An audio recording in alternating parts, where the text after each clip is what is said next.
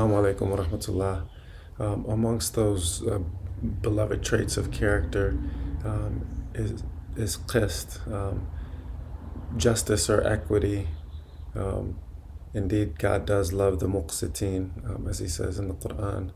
Um, the great West African scholar Imam Fore Drame, in his penetrating analysis of the seven beloved traits of character, notes that qist is usually situated opposite fasad or corruption in the Quran.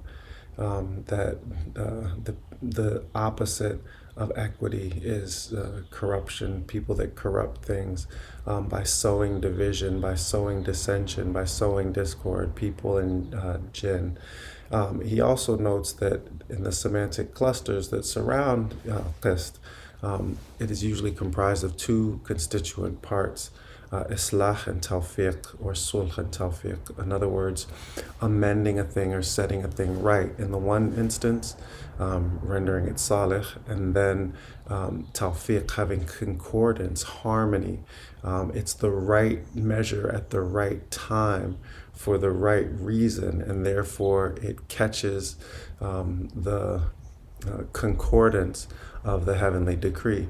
When Suleiman would render his judgments, he prayed only that his judgments had tawfiq from heaven, and he understood that it was in his mandate to, as a judge and as a ruler, to keep balance, and in order to do so, he had to have divine concordance. It wasn't a thing that he was capable of maintaining on his own.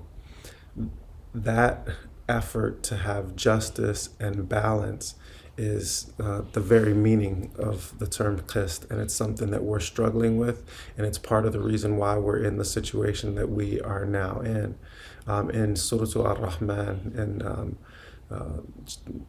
the beginning of Surah Al-Rahman, there's a powerful reminder where God says that He established the balance, and then He commands us not to transgress in the balance and to maintain the balance with qist, and to not exceed the bounds. So maintaining balance and harmony and concordance and not separating that which God has made one is part of humanity's role here.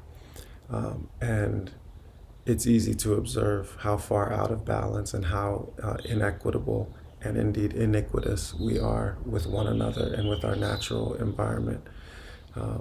And it's part of how we've arrived in the circumstance that we're in, is through an utter loss of balance and an utter loss of equity. And we're being asked to try to restore that balance, to be equitable with one another and to live in balance with our surroundings. And if we're up to the challenge, then maybe we'll get a new clock. But if we're not up to the challenge, then maybe the clock just might run out.